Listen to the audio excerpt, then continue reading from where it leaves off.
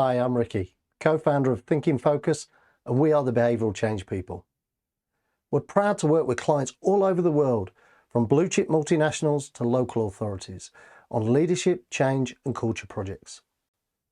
Our approach, though, is different.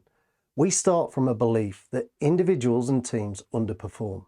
Now, that's not by choice. We get stuck with limiting beliefs and self-doubt. However, it could also be the organisational treacle of poor systems, processes, and quite frankly, poor managers. When you address poor management, though, ironically, you create better managers who inspire their people to become more productive and effective. And given the opportunity, your people will fix your poor systems and processes. Let's face it, who better? Today, though, is all about how we use social learning to change culture.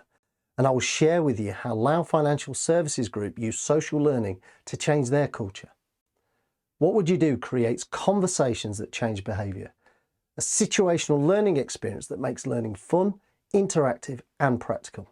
We take everyday situations and provoke debate, decision and reflection among groups. Together, groups will reach a consensus on how to best tackle everyday issues. For example, a freight forwarding business has embedded What Would You Do in its management development program, and that's to bring a more consistent approach to the way that it manages.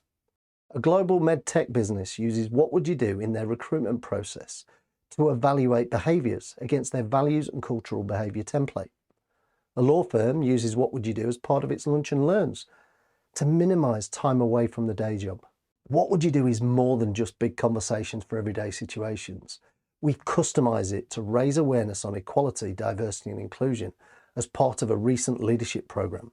And that brings me nicely to Lau and their What Would You Do experience. In 2019, the FCA, the Financial Services Regulator, concluded that firms were not living the industry's conduct rules. So Lau looked at themselves and identified areas where they wanted to improve, but they wanted to do something different. Lau uses What Would You Do, so they reached out to see if What Would You Do could be adapted. What Would You Do is perfect where the topic is subjective, where context is everything, and having discussion and debate not only socialises the issue, it raises everyone's awareness. Lau wanted its managers to feel confident with the conduct rules, to do the right thing when it mattered, and to feel that the business had their back.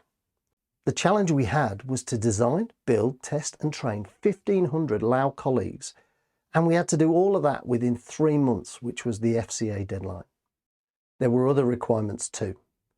The solution, well, that had to be flexible. It needed to meet the operational demands and be deliverable by the internal team. Online was a must. It was mid-pandemic and we needed to reach 1,500 people in those 3 months.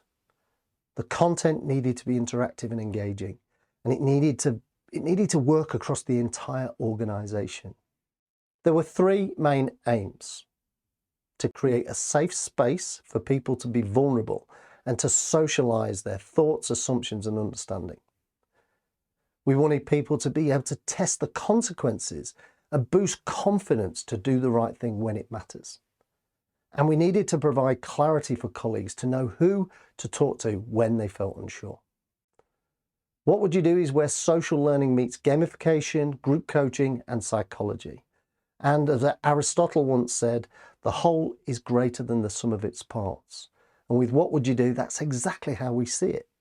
It's the combination that enables What Would You Do to create the impact that it does.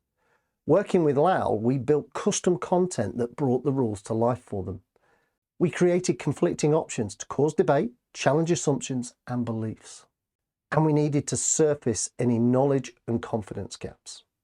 One example that sticks with me more than 18 months on is we were in a large session, there were many breakout rooms and there was a multi-level audience. We were undergoing the debrief and reflection to land the learning points when a junior team member asked, "I get that we're all saying we'd do the right thing, but can I just check, what exactly is the right thing?" The room fell silent. Nobody offered a response. This for us was clear evidence we had created a safe space and we had surfaced a lack of confidence and knowledge among the entire team.